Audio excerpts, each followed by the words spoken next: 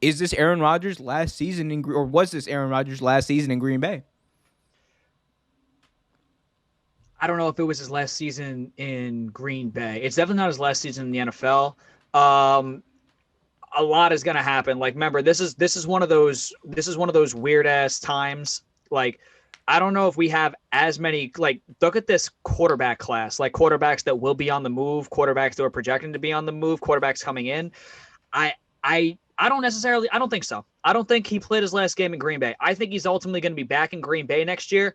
Um, I think what happened in that NFC Championship game was they relied too much. You know, this is why I hate analytics, dude.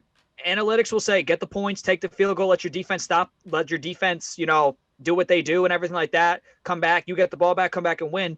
And we've seen it, dude. We've seen you've gone on this show and you have blasted my coach of Vrabel in Tennessee Oh for yeah. being conservative and Yep. punting or kicking field goals as opposed to just going for it on fourth down or yeah. So I think some coaches take the analytical aspect and it's the playoffs, dude. Though in the playoffs, you got to go for it. I think LaFleur lost them that game, but I think Aaron Rodgers is going to want to run it back. Remember, how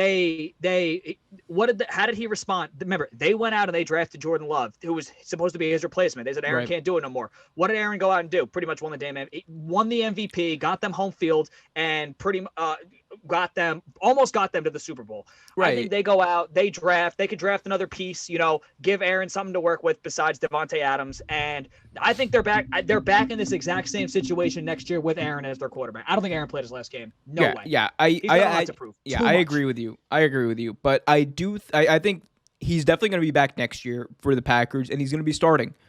But I do think when it comes to Aaron Rodgers and his potential divorce with the Packers and Jordan Love taking over, it's a matter of when. Like, it's a matter of time when that's going to happen. I think next year likely is going to be his last year in Green Bay because the bottom line is you don't draft a guy in the first round. You don't trade up to draft a quarterback in the first round if you're not going to play him in at least his first 2 years in the league.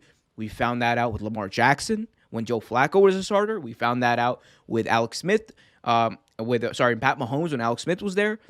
Especially now, this is a young man's league. How many years did Aaron sit behind Brett Favre? Like 5, but you got it. But it's a different league now. It's a different league now. That was back when you could do that. Back when you could develop quarterbacks. Now you got to pay them. You got to pay them, and I think at the end of the day, it's gonna depend on two things. One, if Aaron at some point, we're not wishing this obviously, if he gets hurt and Love takes over and does well, I think that's gonna basically do the decision for them. And I think at the end of the year, they're going to start taking trade offers for him. I think that it's just a matter of time before they divorce themselves. That's not what I'm saying they should do.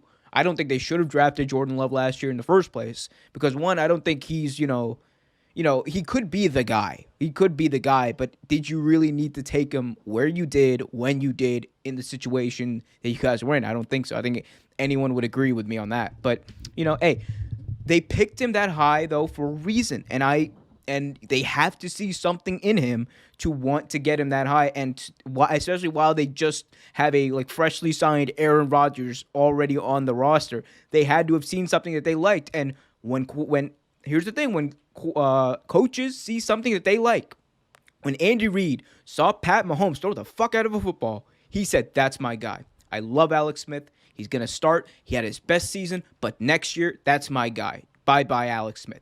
John Harbaugh, same thing. He saw Lamar Jackson throw. He saw Lamar Jackson run. He saw his ability. He saw how smart he was as far as understanding the game of football. And he said, "I love Joe Flacco, but going forward, we're going to change the NFL with Lamar Jackson, and Lamar Jackson is my guy." And I think with LaFleur, it's going to be a very similar thing. And again, Aaron Rodgers could go out there and he could win the MVP. And I still think, because coaches love to justify their bad decisions too, this is an ego-driven league, I still think they're going to go and get rid of Aaron Rodgers. And they shouldn't. They shouldn't have drafted Love that high in the first place, but alas, that's where they are.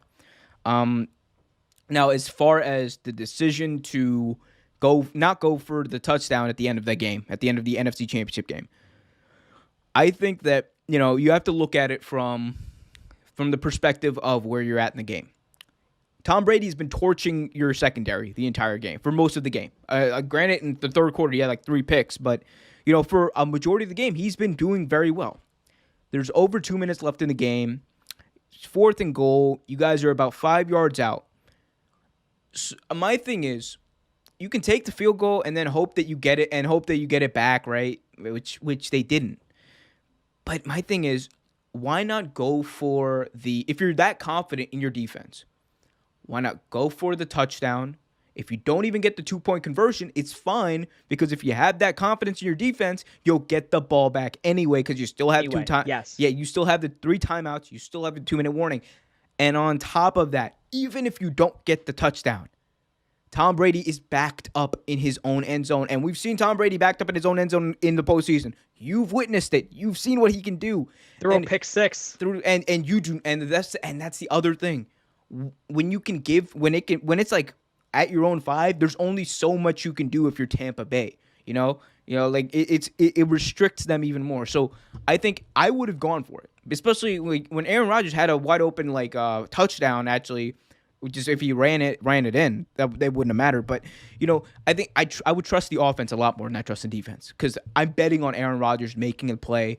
Even if I don't get the 2-point conversion, it's fine, because if I'm that confident in my defense will stop the Buccaneers. I'll get it back in time to give one of the most skilled quarterbacks in NFL history a chance to drive us down, to have one of the most clutch kickers in NFL history, in Mason Crosby, kick a winning field goal.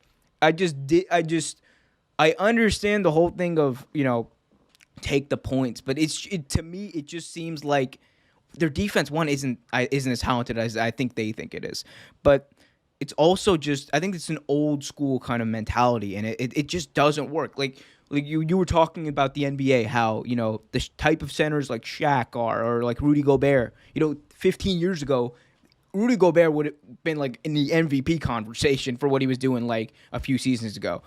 But the problem is the game has changed. You got it's a shooting league. If you can't shoot and you're a center, there's not a lot of room for you in the league. Like Nikola Jokic had to learn how to shoot a little bit in the mid-range, in order to become as big as he has. We've seen it throughout. So I think that this is stemming from this idea that take the points. It stems from this idea of an old school mentality that you got to be conservative, when the league is just becoming more and more reckless and more risk taking as we go on. Yeah, especially in today's game, dude. We've seen the rules are so catered towards the offense now that you almost you got to go for it. You can't put too much emphasis, too much faith in your defense to try to get you the ball back.